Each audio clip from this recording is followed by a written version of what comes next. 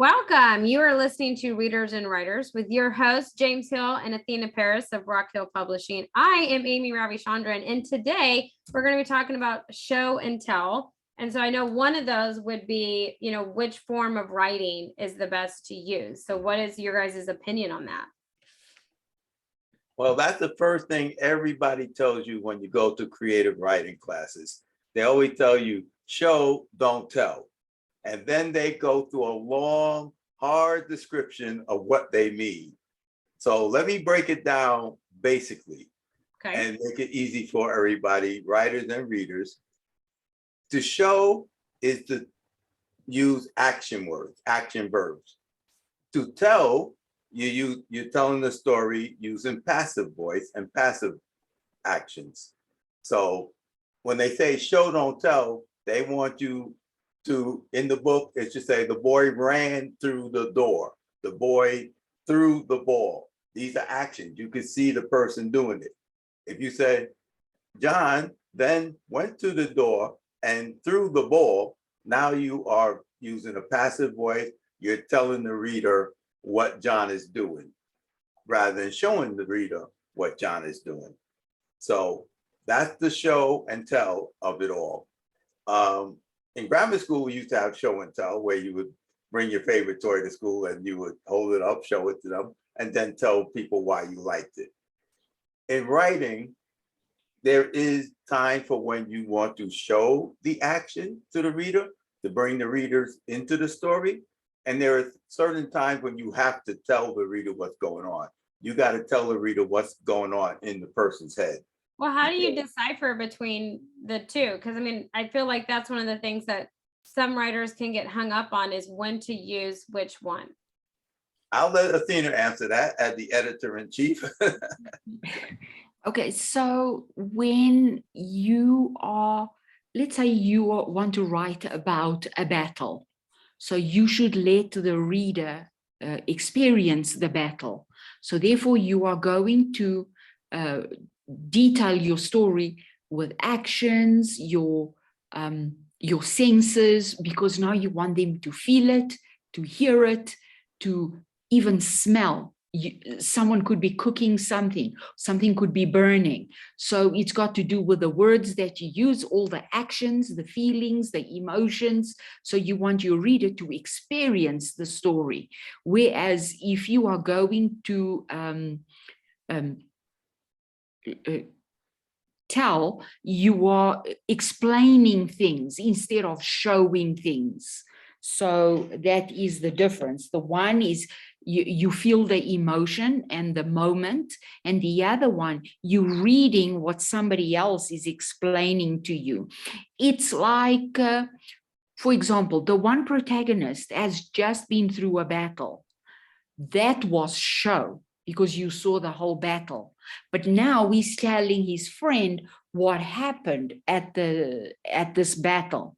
Now he's telling the story to his friend. So you see, there's a difference. The one, you were there, you were present, and you were feeling the emotions, the details, feeling the action words. And the other one is just relating. It's a second-hand relating of the show that happened before. Right. You could even say that you're describing what went on. So that's when you want to tell, because you want the reader, they don't need to know that they already experienced what went on, but now they have to know what was the outcome, what happened afterwards, and why, why this battle might have taken place might be a good reason for telling. So is there ever like any crossover, like where, I don't know, like when dialogue, like if it's an argument? Yes, for example, if you're showing something that is in the moment and now, and it's an action that's taking place, then you show. But if you, a lot of times when you're using internal dialogue, then you're actually telling, because you're telling the reader how the person is feeling within himself. So it's a lot of expository writing. So, but in a show, it's using strong verbs. You're very specific. You use a lot of dialogue so that you can express, because dialogue's got emotion attached. Is it surprise? Is it shock? Is it horror? Is it, all kinds of things happen in dialogue when we speak to each other. Hence why we use punctuation, question marks, exclamation points, ellipses, all of those things. So all of that is showing what's happening. Whereas if you're talking about, is reminiscing about something, that is a telling.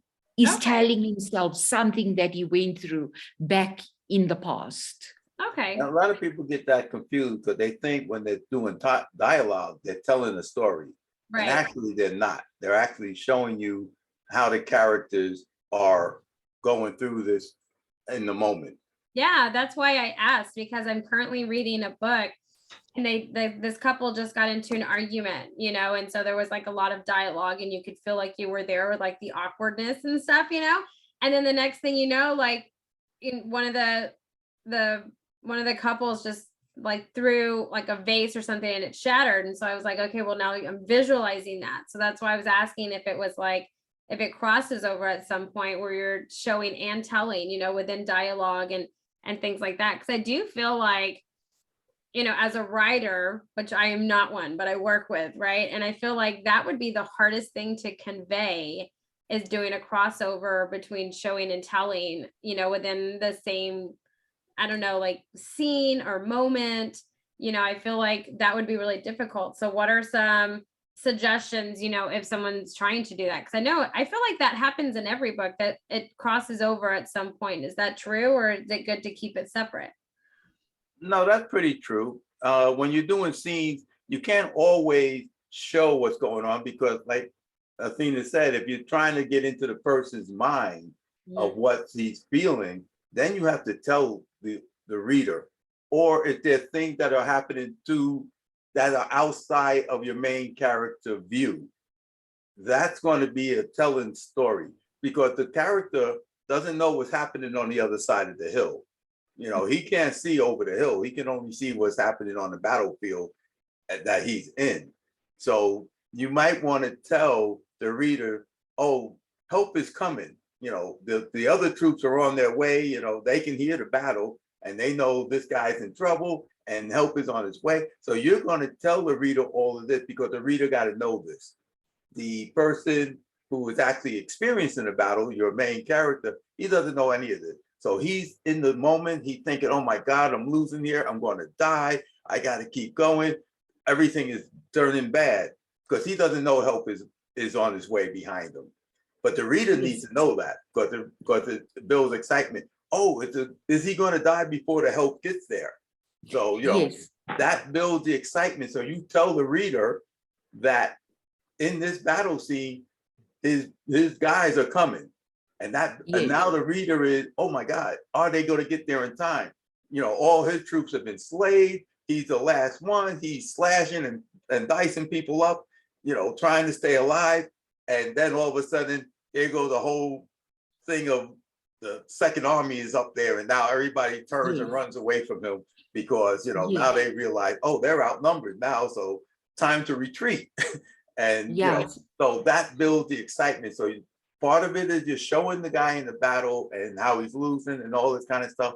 And then you're telling the reader, but help is on its way, and then when they get there, the whole scene unfolds. And then it's like, wow, okay. And you built up that excitement in the reader. So the point of view from the protagonist is you are describing what's happening in such a way that your reader's getting the picture. But when you're telling, you're just describing the story and the events around that protagonist to the reader. So that is the difference. The one is an explanation, the other one is actual showing, so that you get all the emotion and the visual. Okay, see, that makes sense to me. I never stopped to, when like you read a good book and you can visualize everything that's happening from like the first page on, you're just like, yes, I can visualize all of it.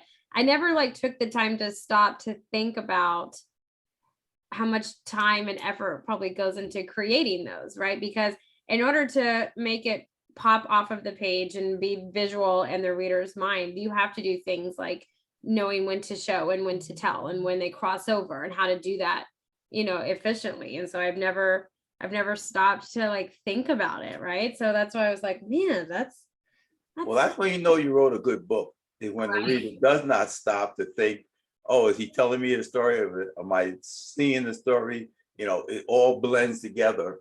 That's when you know you wrote a good book. And that's when you're, as a writer, when you go back and you read the scenes and you start thinking, am I telling too much? Is I'm showing too much? Is this just all action, action, action? Yeah. And no explanation. I have no idea why this is going on.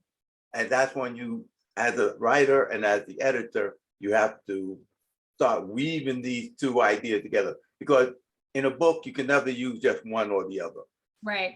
Yeah, it's like, for example, if I say to you, it was raining hard, okay, so I'm telling you what's happening. But if you say, the wind blew and the water fell from the sky as if it were buckets. Do you see what I'm saying? What did I just showed you, something. So that is the difference. The one I'm just telling you what's happening, but the other one, I made you see buckets opening and throwing water down from the sky, you see. So that is the showing and telling. So, and the verb to be is one that writers have to be very wary of, because we say it was, it is, all of that. And a lot of times you don't need them, because you need to use your good working verbs, to describe things. And yeah, I can see that though. And I know we are like coming up close to the end, but I do have one last question, if you guys can answer it quickly, which is, how do you know that fine line if you're putting too much tell in or too much show in? Like, how do you know when that fine line is and when you've crossed it? Kind of like if it takes you out of the story. Okay. If you're all of a sudden, if you're in the action of something and then you abruptly drop something in there where you're telling them something else that's happening, and it takes you, then that's bad. But if you're in the action, or if you're in the telling of the story and it blends smoothly, and you what you want your reader engrossed in the story. You never want to push them out of the story and have them think, what did I just read? Yeah. yes, writing is kind of like exercising as well. You have a warm-up, you do your intense workout, and then you have a cool down. So writing going to the show, it should be like that as well. So you build up to the show, and then you slowly drop off into the cool down, so that now you can carry on telling something to the reader. If you don't do that, and if you stop mid-action, you kind of, you bewilder Shock your reader. Yeah, your reader doesn't like that, right? We as us as readers, we don't like those. We don't like cliffhangers. They're not our friends. Okay. I don't like those because I am very like impatient. And if it's like a cliffhanger and the next one's not out yet, I'm not a happy reader. You know what I'm saying? So it's definitely one of those things. But I do know that we are unfortunately out of time today for readers and writers. But I want to thank everyone for listening to us. Make sure that you catch us next week, because we're going to be talking about how do you choose a setting for your story, what all goes into that. That's definitely what you are not going to want to miss. But until next time, you guys, this has been Readers and Writers, and we'll catch you all next week. Bye, everybody.